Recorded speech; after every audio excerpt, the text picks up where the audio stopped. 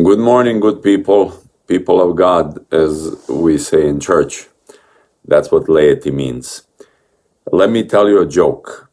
I know it's Advent, but I think this is a good joke, educational joke. Before I say it, please note that in Serbia, behavior is graded just like any other subject in school. So you have math, you have science, you have history, you have whatever else you have, and then you also have behavior, and that's also graded from F to A. One day, a parent receives a call from the teacher, and the teacher says, "We desperately need to meet regarding your child." And the parent says, "Yes, of course," and the father of the child comes to the school, and the teacher sits down with the father and says, "We have a problem with your child." "What's the problem?" The parent asks.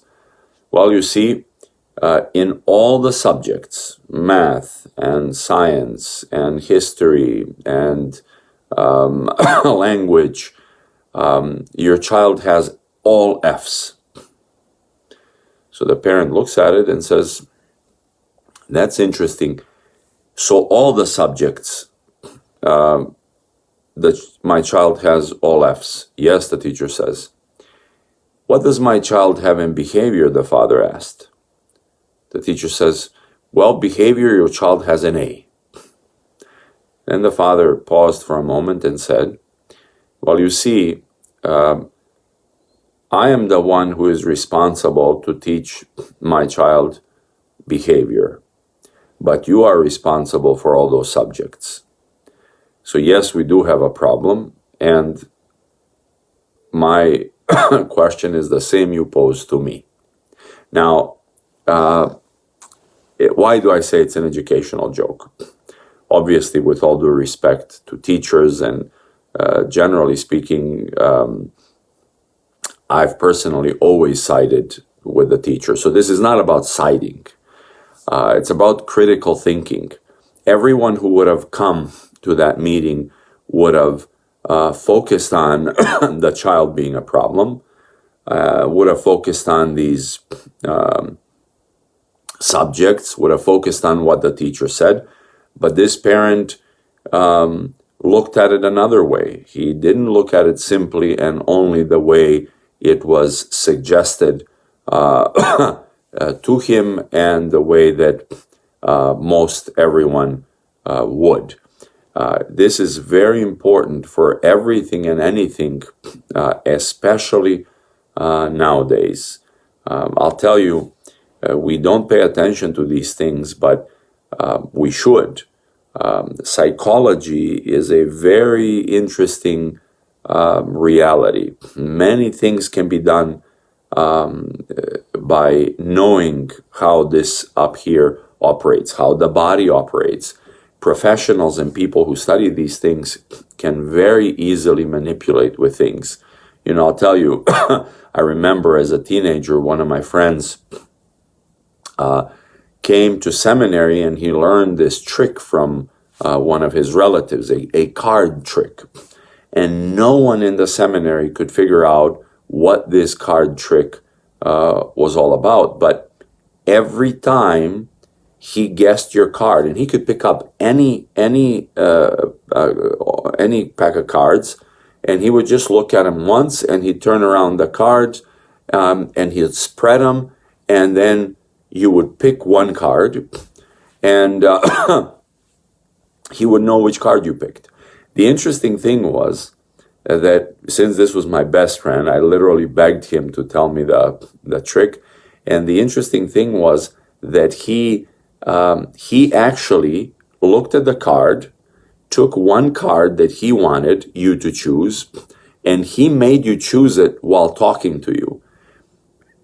Not in the wildest dreams would anyone, we were all thinking about other things that he was doing. How is it possible that he knows?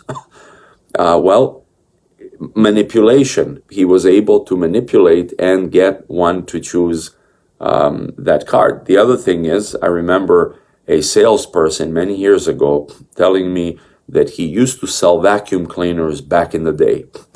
And he said one of the tricks that they used was saying the word, the vacuum cleaner, saying that word or those words, or the brand of the vacuum cleaner as many times as possible while having a conversation at the door of someone's house.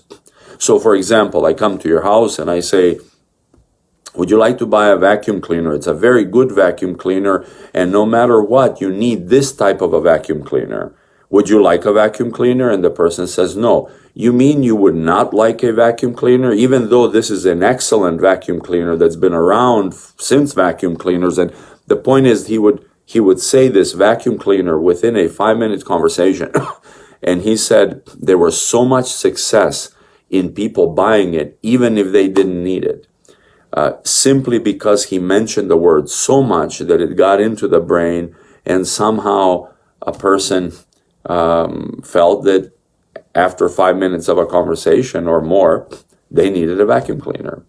So, critical thinking, looking at things another way, trying to see it from different perspectives, trying to look into things and not blindly accepting things, even in church. I mean, that's a big thing in church.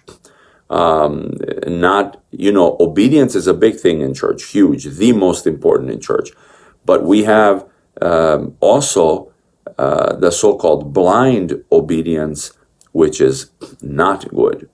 So true obedience is good, but blind obedience is not. And this is where even in church, one has to and needs to question things. So please, the joke that I said at the beginning, listen to it one more time and let it be a good example to all of us.